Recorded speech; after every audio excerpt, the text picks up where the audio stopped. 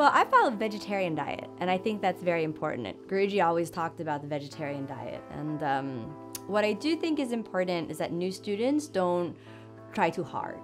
You know, when you wake up in one morning and then you say to yourself, when you wake up one morning and you're taking the practice and you feel the restriction of your dietary choices in your practice, then you have the motivation to change. And until you have the motivation to change, then you'll just take it on like a dogma.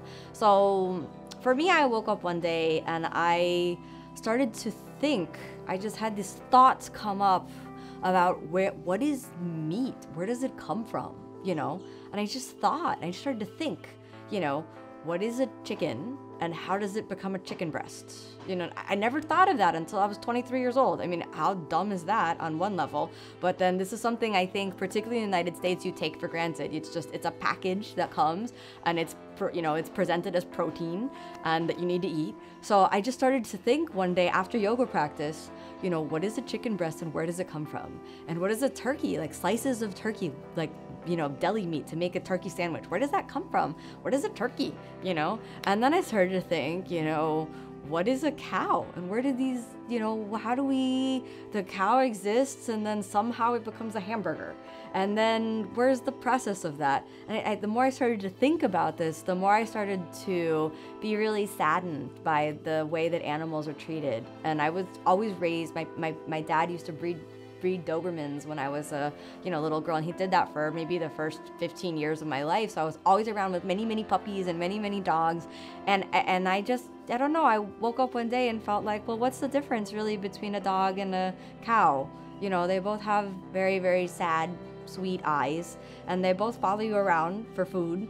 And, you know, they cry when they're separated from their young, and they have feelings for sure. And then the same thing with birds, you know, why don't we eat a parrot if we're doing this to chickens and turkeys?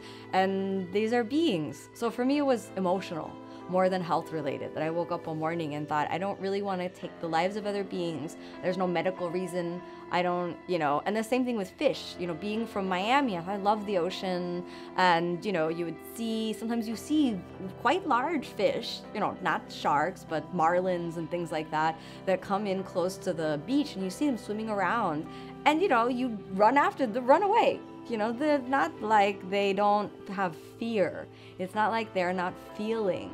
So for me, I just realized one day from a moral and ethical standpoint, like, this is not right for me. I don't push that on anyone else. If you wake up one day and you start to think about this, then it's right for you. Some people have said to me, you know, well, plants have feelings also. And I agree, you know, if we could live and just exist with ourselves and take nothing in, that would be wonderful. But for me, the plant as a sentient being is lower on the totem pole. And nevertheless, we are still creating suffering by killing the plant. So we should be thankful. And according to, I think this might sound a bit weird, but I've heard that the least harmful food that you can eat is fallen fruit.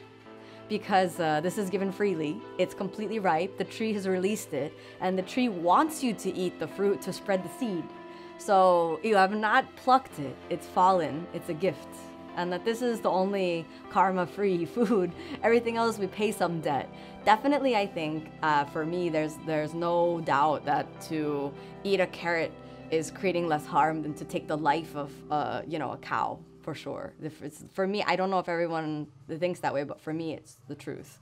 My truth, anyway.